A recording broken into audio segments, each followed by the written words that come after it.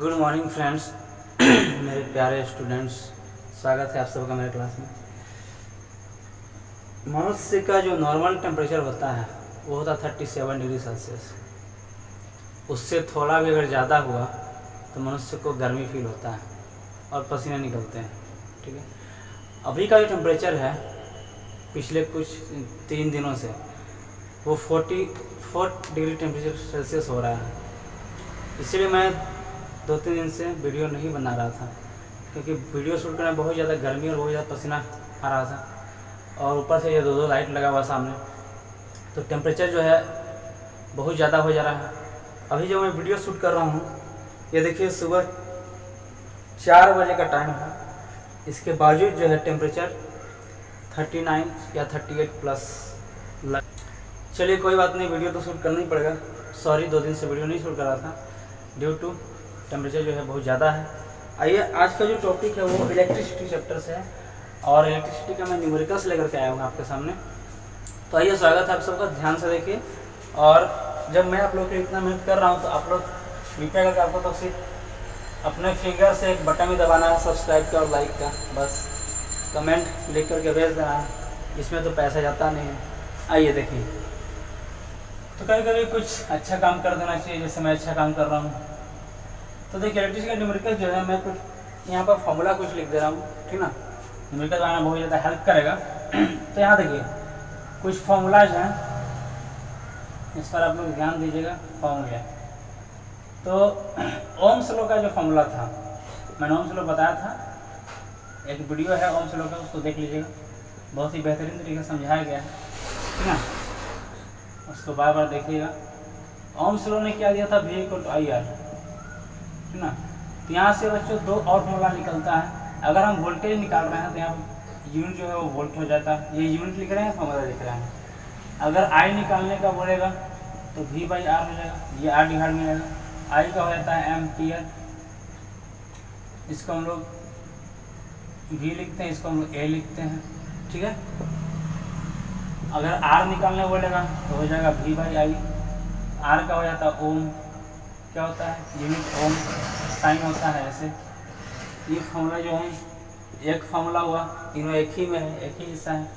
अब देखिए बात करते हैं रेजिस्टेंस की, ठीक ना। रेजिस्टेंस एंड रेसिस्टिविटी,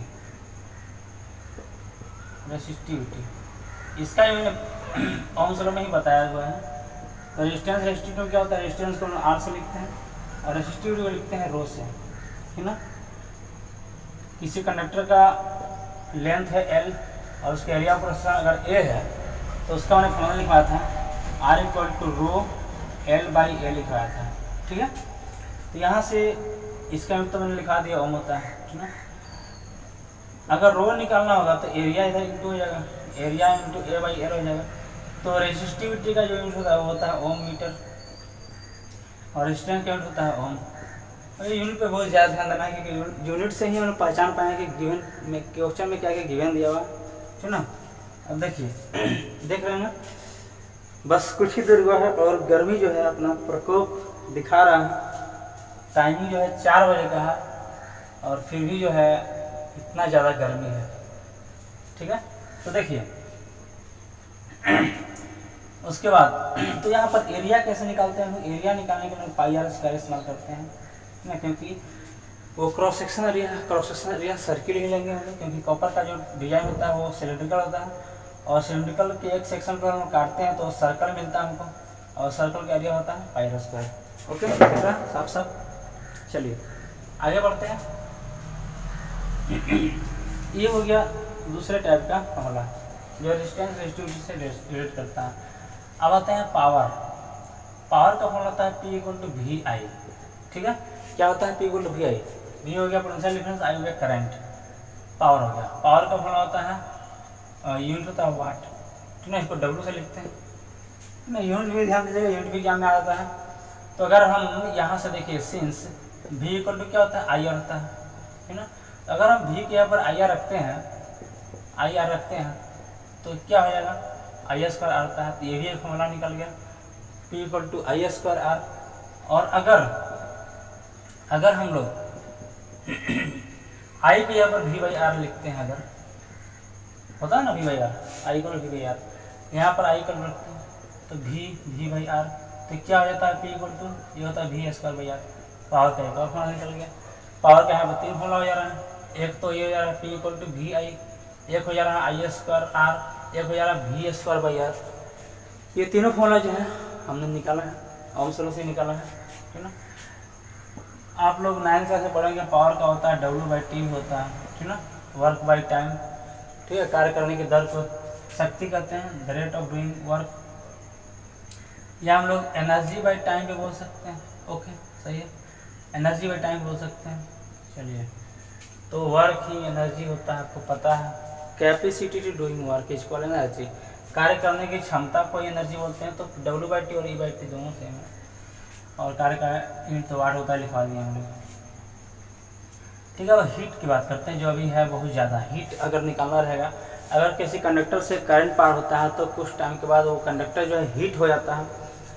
तो कंडक्टर से करंट पार हो रहा है, ठीक ना, और कुछ टाइम के बाद टाइम टी मान लेते हैं, ठीक है, और रेजिस्टेंस उसमें होगा ही। याद रखिए, जितना ज़्यादा रेजिस्टेंस होगा, जितना ज़्यादा करंट पार होगा और जितना देर तक करंट पार होगा, उतना ज़्यादा वो हीट करता है। तो ये 3 चीज़ पर डिपेंड करता है हीट, आई स्क्वायर आर टी पर डिपेंड करता है। एच इक्वल टू हो जाएगा आई स्क्वायर आर टी, हीट का होता है जूल, क्योंकि जितना भी कार्य है सबका एनर्जी यूनिट जो होता है जूल ही होता है, ठीक है। क्या होता है, जूल ही होता है। सोचो, अब देखिए, ये हो गया हीट का फॉर्मूला, है ना। अब हम लोग इसको देख लीजिए एक बार फिर से हम बताते हैं, ठीक ना। यहाँ पर देखिए, ओम्स लॉ से निकला V equal to I R, main formula तो ये हो गया। यहाँ से 2 और निकल गया, यूनिट वगैरह लिखवा दिया गया। रेजिस्टेंस, रेजिस्टिविटी और एनर्जी क्या है, रेजिस्टेंस इक्वल टू होता है rho L by A, resistivity equal to होता है R A by L, area का हो गया pi R square, P equal to V I, power का फॉर्मूला हो गया, है ना। अब चूँकि V equal to I R होता है, तो V के ऊपर आई आर है, तो एक ये फॉर्मूला निकल गया, P equal to I square R, P equal to V I था, तो आई के यहाँ पर हमने V बाई आर रख दिया। यहाँ से देख लीजिए V बाई आर, तो वी स्क्वायर बाई आर एक और फॉर्मूला निकल गया, पावर का 3 फॉर्मूला निकल गया।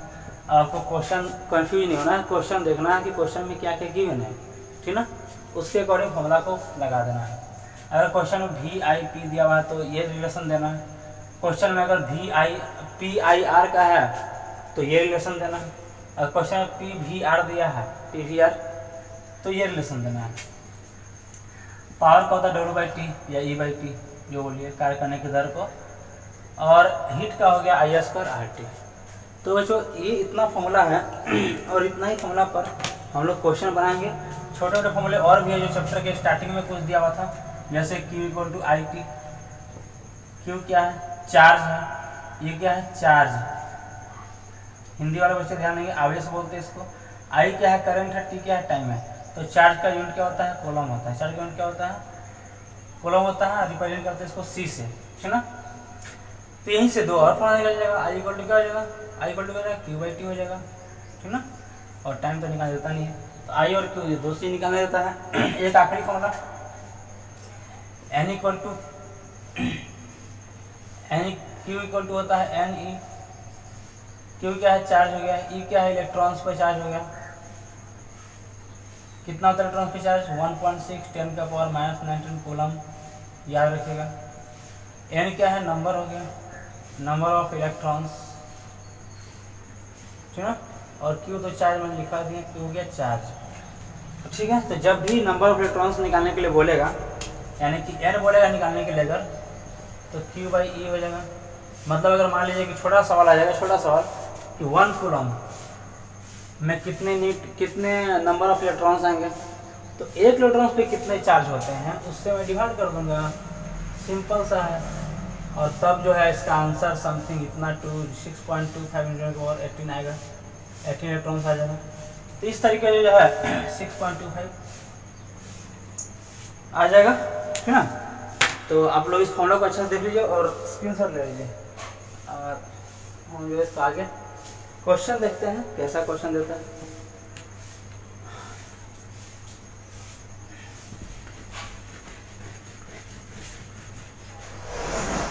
हाँ एक सही है, एक और भी फॉर्मूला छूटा हुआ है।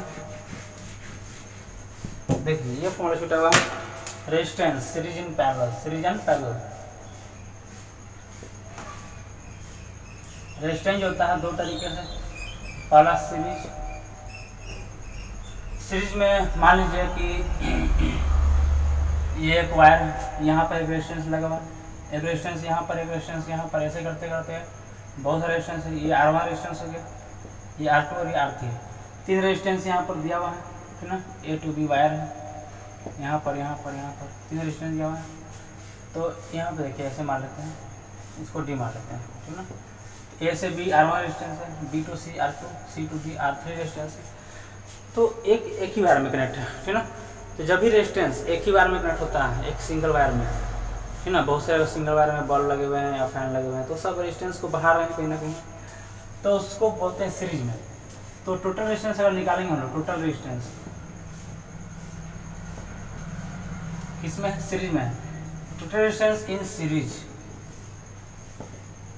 ठीक ना। या इसको बोलते हैं इक्विवेलेंट रेजिस्टेंस। क्या बोलते हैं, इक्विवेलेंट रेजिस्टेंस, इक्विवेलेंट रेजिस्टेंस बोलते हैं सीरीज में टोटल को। तो ये हो जाएगा R1 plus R2 plus R3, ऐसे करते करते और यूनिट जो है ओम हो जाएगा। ये जुड़ते जाएगा, जितना दिया रहेगा जुड़ते जाएगा। तो सीरीज का बहुत ही आसान है। और पैरेलल का देखते हैं, पैरेलल समांतर सरणी, और इसको बोलते हैं हिंदी तो मुझे नहीं पता होगा, सीरीज बोलते हैं इसको, सरिंग, मतलब एक ही रेखा में कनेक्टेड रहता है, ठीक ना। समांतर और श्रृंखला कुछ होता है ऐसे। देखिए तो यहाँ पर मान लीजिए कि इस तरीके से कनेक्ट करते हैं हम लोग,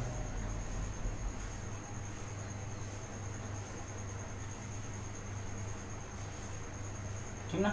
इधर से करंट पास हो रहा है, करंट यहाँ से इधर पास हो रहा है, आई, ठीक है। तो यहाँ से देखिए आई जो है वो बढ़ जा रहा है,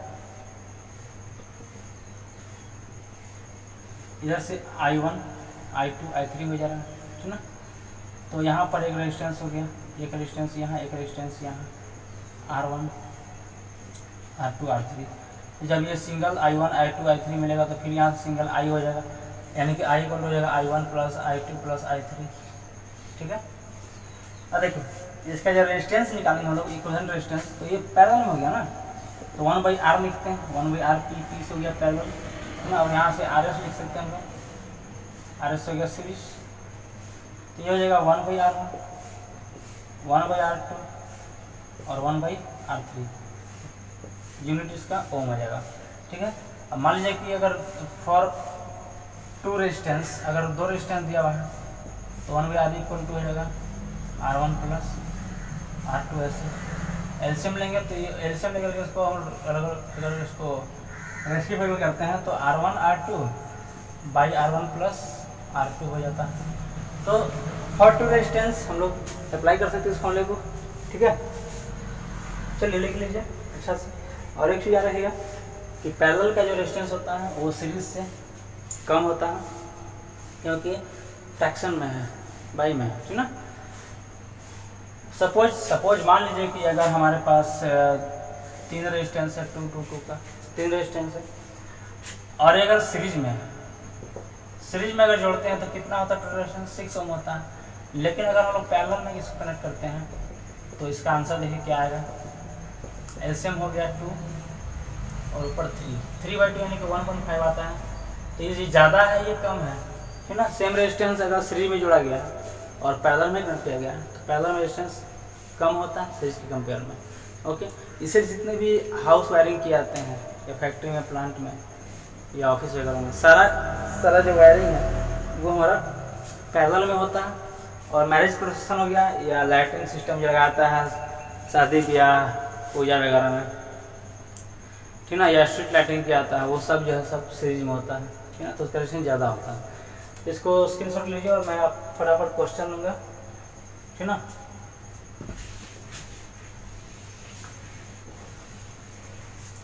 कमेंट जरूर कीजिए आपको वीडियो कैसा लग रहा है, कमेंट नहीं आ रहा है, ठीक ना। आइए देखिए स्क्रीन पर आपका क्वेश्चन आएगा, ध्यान से देखिएगा।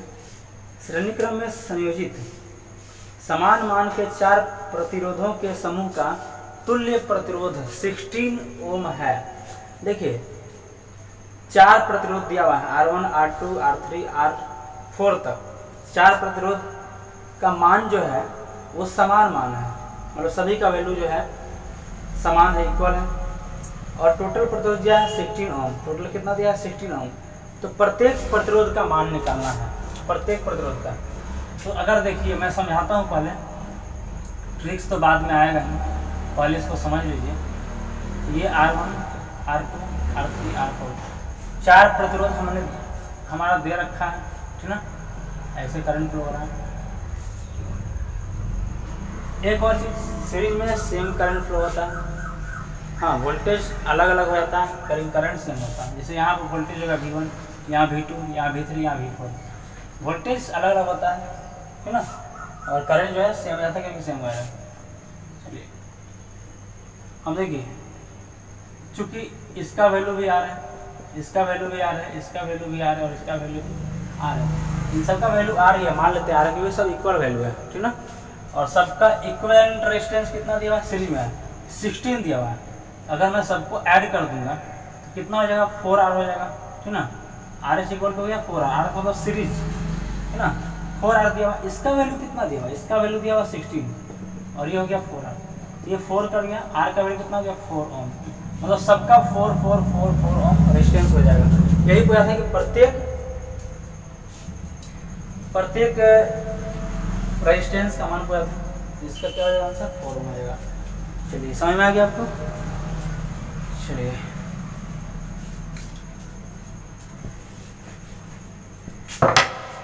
आगे देखिएगा, अगला जो क्वेश्चन है, चित्र यहाँ पर ड्राइंग कुछ दिया हुआ है, देखिएगा ऐसा ड्राइंग दिया हुआ है, ये ट्रायंगल शेप का ड्राइंग है, और यहाँ पर एक प्रतिरोध दिया हुआ है, ऐसे इधर ऐसे दिया हुआ है, इधर ऐसे दिया हुआ है, ठीक है बच्चों। ये हो गया 60 है, 60, 40 और 100, 60, 40 और 100, ये 100 है, वैसे कोई फर्क नहीं पड़ता है, इसको ले सकते हैं, ठीक ना। और यहाँ पर दिया, तो देखिए इसको कैसे बनाएंगे हम लोग। ये ड्राइंग दिया हुआ है ABC। क्वेश्चन पूछा हुआ है कि AB के क्रॉस, AB के दिया ना, AB के क्रॉस इक्विवेलेंट रेजिस्टेंस कितना होगा, AB के क्रॉस। तो अगर हम AB को लेते हैं तो ये तो एक अलग रेजिस्टेंस हो गया, ठीक ना, और ये दोनों जो है एक में हो जा रहा है, ऐसे जो आ रहा है, ठीक ना, ये दोनों सीरीज बना रहा है, ठीक ना, और यहाँ सेलेक्ट कनेक्शन है तो ये पैरेलल हो जाएगा। अगर AC में पूछा होता तो फिर ये अलग होता, और ये दोनों जो है एक में होता, 60 और 40, ठीक है, समझ में आ रहा है ना। तो हमको AC का क्रॉस पूछा है, ये दोनों लोग सीरीज में लेंगे क्योंकि ऐसे जा रहा है, ऐसे, और ये हो गया पैरेलल में। तो देखिए, तो क्या करेंगे हम लोग, इसको हम ऐड कर दिए, 100 और 60 कितना हो गया, 160 हो गया, ठीक ना, 160 हो गया। और फिर उसको जैसे यहाँ पर देखिए हम साइड में लेते हैं, R1 प्लस R2, 60 प्लस 100 जो है वो हो गया 160, ये अलग हो गया सीरीज में। अब इसको पैरेलल में लगाएंगे तो कितना आ जाएगा, ये तो पैरेलल में आएगा ना, ठीक है, और ये भी पैरेलल में हो गया, 160 पैरेलल में है, ठीक है। तो एलसीएम कितना लेंगे, 160 हो गया इसका। चलिए 160 हो गया, यहाँ पर 1 हो गया, और यहाँ पर कितना होता है, यहाँ पर होता है 4, ये हो गया 5, 160, इसको कैंसिल करते हैं, कितना हो जाएगा, 32 हो जाएगा। तो कितना आ गया, RP इक्वल टू गया 32। हम इसको सीधा करते हैं क्योंकि ये वैल्यू दिया हुआ था 1/RP इक्वल टू 1/32, इसको रेसिप्रोकल करेंगे, इसका आंसर है 32 ओम आ जाएगा। समझ आ गया। तो जहाँ ये बोलेगा निकालने के लिए, जैसे यहाँ बोला हुआ है, तो ये तो पैरेलल में हो गया, 40 क्या हो गया, पैरेलल में हो गया, और ये दोनों क्या सीरीज में है, लेकिन अब इसको सीरीज में जोड़ करके फिर पैरेलल में लाना पड़ेगा, हमको 160 करना पड़ेगा। तो ये तो सीरीज में है ना, लेकिन ये पूरा क्या हो गया, पैरेलल में लाना पड़ेगा, ठीक है, इसको लिख लीजिए।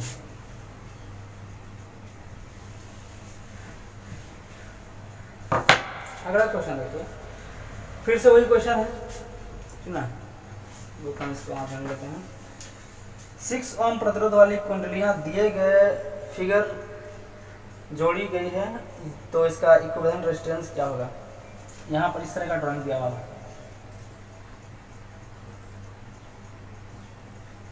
यही ड्राइंग है। तो यहाँ पर एक रेजिस्टेंस है, यहाँ पर है, इस तरह का ड्राइंग है। 6 ही ओम है। 4 रेजिस्टेंस है 6 ओम का, ठीक ना। इक्विवेलेंट रेजिस्टेंस निकालना, यहाँ पर आपको क्लियर हो जाएगा कि कौन सीरीज में है और कौन पैरेलल में है। देखिए ध्यान से, ये जो है ये करंट इधर से जाएगा अगर, तो यहाँ से करंट जो है बट गया, इधर इधर अलग हो गया। ये तो पैरेलल में आपको दिख रहा होगा, ये पैरेलल में है, ठीक है, ये पैरेलल में है, दिख रहा है। हाँ, तो ये दोनों पैरेलल में आ गया, ठीक ना। तो हम यहाँ पे नेमिंग करते हैं, ये R1 हो गया, ये क्या हो गया R2। बस समझने के लिए, आपको ये सब एग्जाम में लिखना नहीं है कॉम्पिटिशन में। हाँ, बोर्ड का अगर एग्जाम है तो आप लिख सकते हैं इस तरह का एक्सप्लेन करके पूरा। तो ये दोनों 6 और 4 जो है, ये R1 प्लस R4 कितना हो जाता है, 6 + 6 12 हो जाता है। ये तो सीरीज में हो गया क्योंकि एक लाइन में था, ठीक ना। अब देखिए ये दोनों पैरेलल में आ जा रहा है, ठीक है। ये कितना होता है 1/RP = 1/6 + 1/6, ठीक ना। LCM 6 ऊपर में 2 कट गया 1/3। अगर हमको रेसिप्रोकल लेंगे क्या होता है 3 ओम होता है, 3 ओम होता है ना। चलिए, तो अब टोटल निकालना हमको, इक्विवेलेंट रेजिस्टेंस निकालना है। इक्विवेलेंट रेजिस्टेंस, तो ये 12 ओम हो गया और ये क्या हो गया 3 ओम हो गया। टोटल कितना हो जाएगा 15 ओम आ जाएगा, ठीक है। ओके, देखिए ये एक सीरीज में था, ये 6 ओम और ये 6 ओम, क्योंकि यहाँ से करंट आई जा रहा था और यहाँ से ये बट गया करंट, ठीक ना। क्या हो गया I1 I2, तो अलग करंट जा रहा है तो रेजिस्टेंस भी अलग हो गया, R1 R2 अलग हो गया। फिर यहाँ से करंट जो है क्या हो गया I1 I2 आकर के कनेक्ट हो गया और ये सिंगल I बन जा रहा है। यहाँ सिंगल I जा रहा है, यहाँ सिंगल I निकल रहा है, तो दोनों क्या हो गया सीरीज में हो गया, सीरीज में हो गया, क्योंकि सीरीज में करंट सेम होता है, ठीक है ना। तो यहाँ पर करंट अगर सेम जा रहा है तो रेजिस्टेंस जो है सीरीज में होगा। यहाँ से करंट जो है अलग अलग हो जा रहा है तो रेजिस्टेंस जो है वो पैरेलल में हो जा रहा है। ये चीज़ ध्यान देना है, ये पैरेलल में हो गया, ये सीरीज में हो गया। पैरेलल में करने के बाद अगर टोटल रेजिस्टेंस निकालना है, इसको देखिए हम पलट दिए तो ये सीरीज में आ जा रहा है। फिर से सीरीज ये और ये सीरीज 12 और 3 15 हो जाता है। चल देखिए,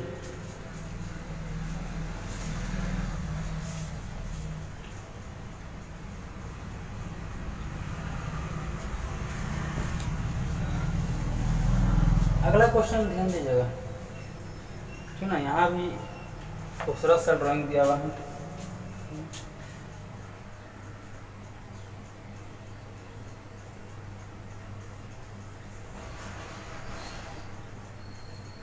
सब ड्राइंग बनाने में अच्छा रहता है। यहाँ पर दिया 4 ओम,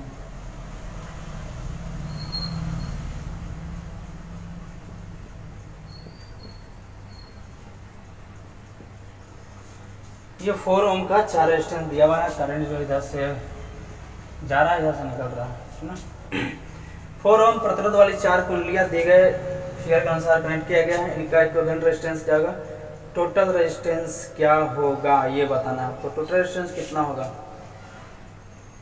बोलिए, इसका टोटल रेजिस्टेंस कितना होने वाला है। यहाँ से ध्यान से दिख रहा है, देखिए करंट को अगर लेके चलते आई, तो यहाँ से देखिए I1 इधर गया, I2 इधर गया, मतलब ये पैरेलल में है। तो पहले इस वाले पोर्शन का निकाल दीजिए। RP = क्या हो जाएगा 1/4 + 1/4, यानी कि हो गया 2/4, ये हो गया 1/2। अगर हम इसको सीरीज में करेंगे तो क्या हो जाएगा 2 ओम हो जाएगा। इस पोर्शन का तो टोटल निकल गया 2 ओम, कितना निकल गया 2 ओम निकल गया इसका। फिर यहाँ से देखिए करंट I1 आया, इधर चला गया, करंट I2 इधर चला गया, ठीक है। तो यहाँ फिर 2 करंट आ रहा है, अलग अलग प्रतिरोध हो गया, अलग रेजिस्टेंस हो गया, तो मतलब ये फिर से पैरेलल में है। यहाँ भी निकालेंगे RP = तो ये भी तो सेम ही आएगा ना, 2/4 यानी कि 1/2 आ गया। यहाँ भी जो है ये 2 ओम आ गया, यहाँ भी क्या 2 ओम आ गया। अब यहाँ देखिए सिंगल करंट फिर से आई निकल जा रहा है, तो यहाँ से आई गया और यहाँ से आई निकला, तो मतलब ये टोटल कितना दे रहा है हमको, कितना दे रहा है 2 + 2 क्या हो जाएगा 4 RS, टोटल कितना हो गया 2 + 2 4 ओम रेजिस्टेंस है। समझ में आ रहा ना। तो करंट कैसे जा रहा है उसको देख करके आप समझ सकते हैं कि रेजिस्टेंस सीरीज में है या पैरेलल में है। ठीक है, ये पैरेलल में था, यहाँ पर मैंने सीरीज बनाया, ये पैरेलल में था, यहाँ पर सीरीज बनाया और एक लाइन में लिया, 2 + 2 4 हो गया। ठीक है, इसको लिखिए।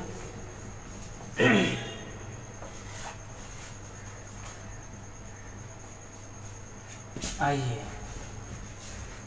आगे देखते हैं, फिर से एक यहाँ पर थोड़ा सा ड्राइंग दिया हुआ है। एमीटर आप लोग ड्राइंग देखिए और बनाने को प्रयास कीजिए। मैं तो ड्राइंग ऐसे ही बनाता हूँ सिंपल सा तरीका से, ठीक ना। इससे करंट जा रहा है, यहाँ पर वोल्टमीटर लगा हुआ है, यहाँ पर एमीटर लगा हुआ है। याद रखिएगा एमीटर जो है वो सीरीज में कनेक्ट करते हैं और वोल्टमीटर जो है पैरेलल में कनेक्ट होता है।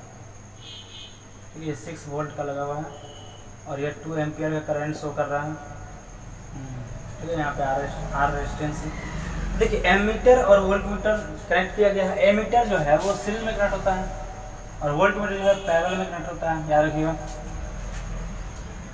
तो एम्पियर का रीडिंग जो है 2 एम्पियर है, वोल्टमीटर का रीडिंग जो है 6 वोल्ट है। रेजिस्टेंस का वैल्यू निकालना है हम लोगों को, रेजिस्टेंस का वैल्यू कितना होगा। आइए, बहुत शानदार क्वेश्चन है। तो यहाँ पर गिवन क्या किया है, ये V दिया हुआ है 6 वोल्ट और यहाँ पर I दिया हुआ है 2 एम्पियर। V और I पता है, R निकालना है। V और I पता है, R निकालना है। याद कीजिए ओम्स लॉ को, V = क्या होता है, IR होता है। निकालना क्या है R, R = क्या होता है V/I। V कितना दिया हुआ है 6 वोल्ट और करंट दिया है 2 एम्पियर का, ये हो गया 3 ओम रेजिस्टेंस। आंसर आपका लिखिए। बहुत ही अच्छा क्वेश्चन है, बहुत ज़्यादा भारी क्वेश्चन आपके फंक्शन में नहीं रहता है। तो एक और क्वेश्चन देखिए यहाँ पर आ गया होगा आपके पास।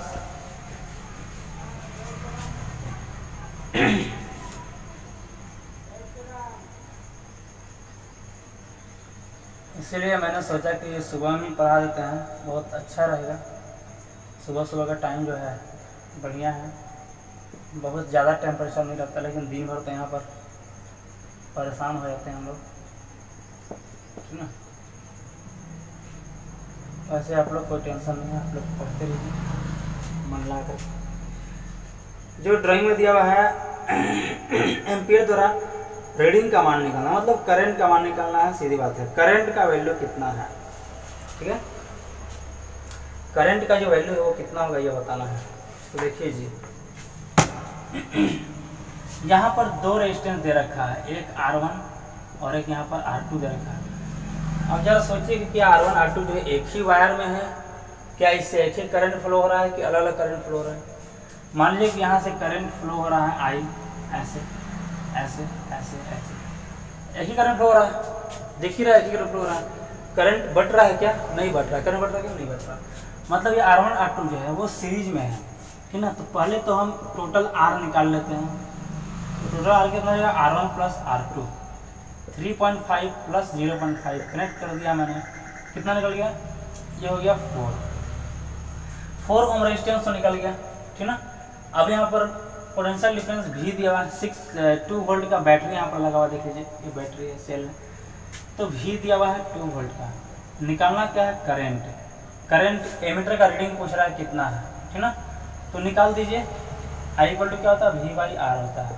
V कितना है 2, R कितना है 4, 1/2 का मतलब होता है 0.5 एम्पियर। 0.5 एम्पियर जो है रीडिंग दिखाएगा आपका एमीटर, ठीक ना। इस तरीके से आपका हो गया क्वेश्चन का सॉल्यूशन, ठीक है, लिख लीजिए इसको। आइए इलेक्ट्रॉन का आवेश 1.6 इंटू 10 का पावर -19 कूलम मानते हुए गणना करें कि 10 वोल्ट विभवांतर के विरुद्ध त्वरित इलेक्ट्रॉन्स की ऊर्जा कितने इलेक्ट्रॉन्स वोल्ट देगी। बहुत बढ़िया क्वेश्चन दिया हुआ है ना।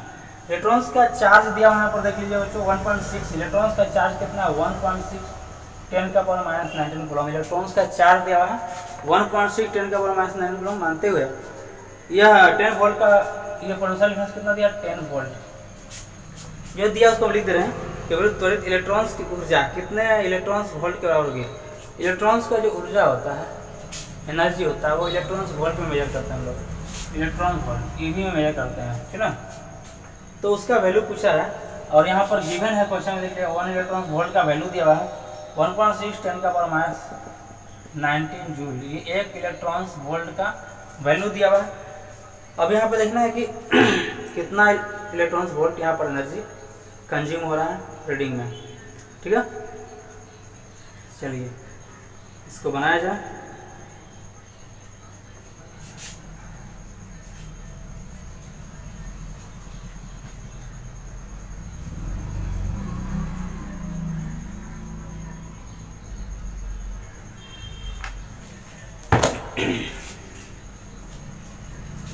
तो एनर्जी क्या निकालना है हमको, एनर्जी को डब्ल्यू बोल सकते हैं, कार्य करने की क्षमता को ऊर्जा बोलते हैं। Capacity to doing work is called energy, work is called energy. तो वर्क निकालना है ना। तो वर्क का क्या होता है, VQ होता है। एक फॉर्मूला वाले में ऐड कर लीजिएगा, W इक्वल टू VQ भी होता है, ठीक ना। तो VQ, Q कितना दिया है, Q इतना दिया है, Q ही तो है चार्ज कूलम, ओके। V कितना दिया 10 वोल्ट, तो 10 इंटू 1.6 10 का पावर -19 कूलम, ओके ओके।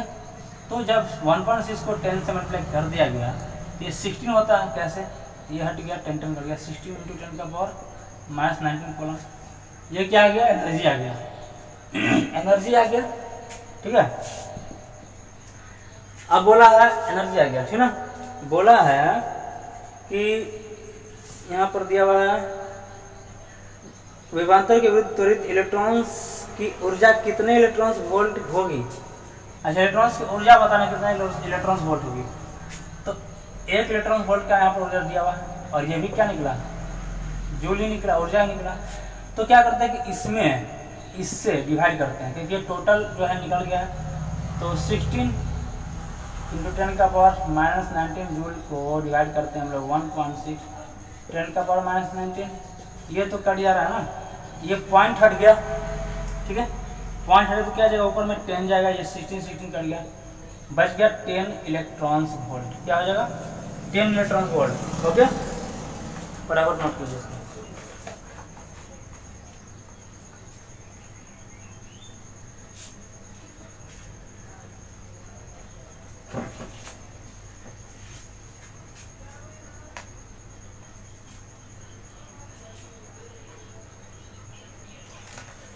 इस तरीके से जो है आज इतना ही छोड़ते हैं, ठीक ना। और क्योंकि क्वेश्चन बहुत सारा है इलेक्ट्रिसिटी में, आप लोग इतना समझ लीजिए, याद कर लीजिए, और फिर नेक्स्ट वीडियो में हम और भी क्वेश्चन लेकर के आएंगे, ठीक है। बस बने रहिएगा, लाइक करते रहिएगा, कमेंट करते रहिएगा, सब्सक्राइब तो जरूर कीजिएगा और बेस्ट ऑफ लक।